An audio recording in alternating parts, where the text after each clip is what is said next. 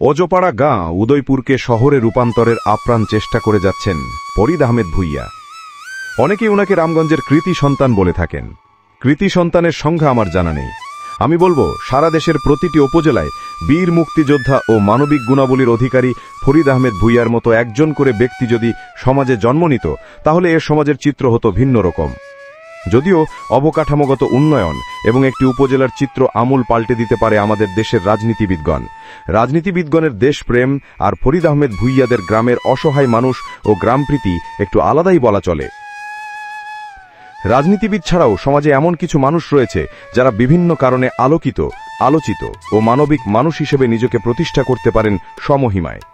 একাধারে বীর মুক্তিযোদ্ধা, শিক্ষাবিদ, সমাজসেবক এবং সর্বোপরি বাংলাদেশের একজন খ্যাতিমান ব্যক্তিত্ব ফরিদ আহমেদ ভূঁইয়া। ফরিদ আহমেদ ভূঁইয়ার হাত ধরে রামগঞ্জ পৌর শহর থেকে প্রায় 12 কিলোমিটার দূরে রামগঞ্জ উপজেলার 9 নম্বর ভোলাকোট ইউনিয়নের উদয়পুর গ্রামে 2017 সনে জেলা ও পার্শ্ববর্তী নোয়াখালীর শ্রেষ্ঠ বিদ্যাপীঠ ফরিদ আহমেদ ভূঁইয়া একাডেমি প্রতিষ্ঠা লাভ করে। উক্ত শিক্ষা প্রতিষ্ঠানের ষষ্ঠ হতে দ্বাদশ শ্রেণীতে বর্তমানে আবাসিক ও অনাবাসিক মিলিয়ে শিক্ষার্থী রয়েছে সহস্রাধিক। প্রতিষ্ঠালগ্ন থেকে শতভাগ পাশের হারসহ কুমিল্লার শিক্ষা বোর্ডের অতীত ইতিহাস ভেঙে উদয়পুর গ্রামের একটি অজপাড়া এলাকার ফরিদ আহমেদ ভূঁইয়া একাডেমি কুমিল্লা বোর্ডে তৃতীয় স্থান অর্জন করে। জেএসসি, এসএসসি ও এইচএসসি পরীক্ষায় অভূতপূর্ব ফলাফল, জিপিএ 5 এবং সরকারি বৃত্তি লাভে অল্প কিছুদিনেই প্রতিষ্ঠানটির ঈর্ষণীয় সফলতার সুনাম রামগঞ্জ উপজেলার গণ্ডি পেরিয়ে পার্শ্ববর্তী চাটখিল, নোয়াখালী, শাহরাস্তি, হাজীগঞ্জ, চাঁদপুর ও লক্ষ্মীপুর সহ ছড়িয়ে পড়ে সারা দেশে। এ প্রতিষ্ঠানের প্রতিষ্ঠালগ্ন থেকে অধ্যক্ষের দায়িত্ব পালন করে আসছেন খন্দকার মোহাম্মদ আব্দুল মান্নান। ওনার কঠোর দিক নির্দেশনায় ফরিদ আহমেদ ভূঁইয়া একাডেমি প্রতিষ্ঠার পর থেকে রামগঞ্জ উপজেলার শ্রেষ্ঠ শিক্ষা প্রতিষ্ঠানের মর্যাদায় আসীন রয়েছে। কাজ পাগল মানুষ নিজ গ্রামের মানুষের জন্য ভালো কিছু করার অভিপ্রায় নিয়ে আহমেদ আব্দুর রহমান ট্রাস্টের চেয়ারম্যান ফরিদ আহমেদ ভূঁইয়া 1994 সনে উদয়পুর এলাকার নিজ গ্রামে স্থাপন করেন ডাক্তার মফিজউদ্দিন আহমেদ ভূঁইয়া প্রাথমিক বিদ্যালয়। ফরিদ আহমেদ ভূঁইয়া একাডেমির কাজ চলমান থাকা অবস্থায় মা রহিমা খাতুনের নামে রহিমা খাতুন একাডেমির নির্মাণ কাজ শুরু করেন, যা আগামী কয়েক মাসের ভিতরেই শেষ হবে।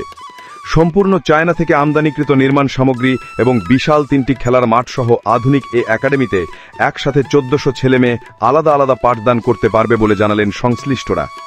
রামগঞ্জ উপজেলার শত শত শিক্ষা প্রতিষ্ঠান, মসজিদ, মাদ্রাসা, এতিমখানায় রয়েছে যার অসামান্য অবদান।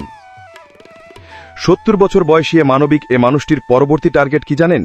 রামগঞ্জ, চাটখিল ও পার্শ্ববর্তী উপজেলাবাসী অসহায় ও দুস্থদের চিকিৎসা সেবা নিশ্চিত করতে সুপ্রতিষ্ঠিত অভিজ্ঞ চিকিৎসক, সিটি স্ক্যান, এমআরআই মেশিন, অত্যাধুনিক আল্ট্রাসনোগ্রাফি মেশিন ও ডিজিটাল এক্স-রে সহ আধুনিক সকল সুবিধা নিয়ে প্রায় 75 কোটি টাকা ব্যয়ে নির্মিত হতে যাচ্ছে আধুনিক হসপিটাল। আগামী নভেম্বর-ডিসেম্বরে হসপিটালের নির্মাণ কাজ দৃশ্যমান হবে বলে জানা যায়। একটি অজপাড়া গাঁ ইতোমধ্যে কিভাবে আধুনিক শহরে রূপান্তর হতে চলছে তা নিজের চোখে না দেখলে বিশ্বাস করতে কষ্ট হবে, কিন্তু তা বাস্তবে রূপ দিতে সকল আয়োজন সম্পূর্ণ করতে দিনরাত পরিশ্রম করে যাচ্ছেন ফরিদ আহমেদ ভূঁইয়া, যা এক কথায় অকল্পনীয় এবং অবিশ্বাস্য। মাহমুদ ফারুক, লক্ষ্মীপুর। আসলে এটা আমার জন্য একটি বিরল সুযোগ যে এরকম একটি সুন্দর প্রতিষ্ঠানে আমি আসতে পেরেছি। মূলত সভ্যতা শুরু হয়েছিল শিক্ষাকে কেন্দ্র করে, আর যারা এই শিক্ষাকে নিয়ে বেশি চর্চা করেছে তারাই সামনের দিকে এগিয়ে গেছে। তো এই প্রত্যন্ত অঞ্চলে এত সুন্দর একটি শিক্ষা প্রতিষ্ঠান সভ্যতার আচ্ছাদন দিচ্ছে, আর সভ্যতার ধারক এবং বাহক হিসেবে অত্র প্রতিষ্ঠানকে আমাদের দেশ সহ পুরো পৃথিবীতে একটি শীর্ষস্থানীয় জায়গায় নিয়ে যাবে এই প্রত্যাশা রেখে আমি আমার বক্তব্য শেষ করছি। সবাইকে ধন্যবাদ। একটা জাতির পেছনে থাকা ভবিষ্যৎ, মানে ভবিষ্যৎ সবকিছু আছে একমাত্র শিক্ষা।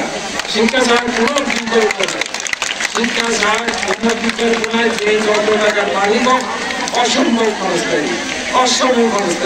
একটা জেনারেশন সেটা খেয়ে যেতে পারে, কিন্তু শিক্ষা আজীবন মানুষকে বাঁচিয়ে রাখে। সবাই ভালো থাকো। আসসালামু আলাইকুম রহমতুল্লাহ।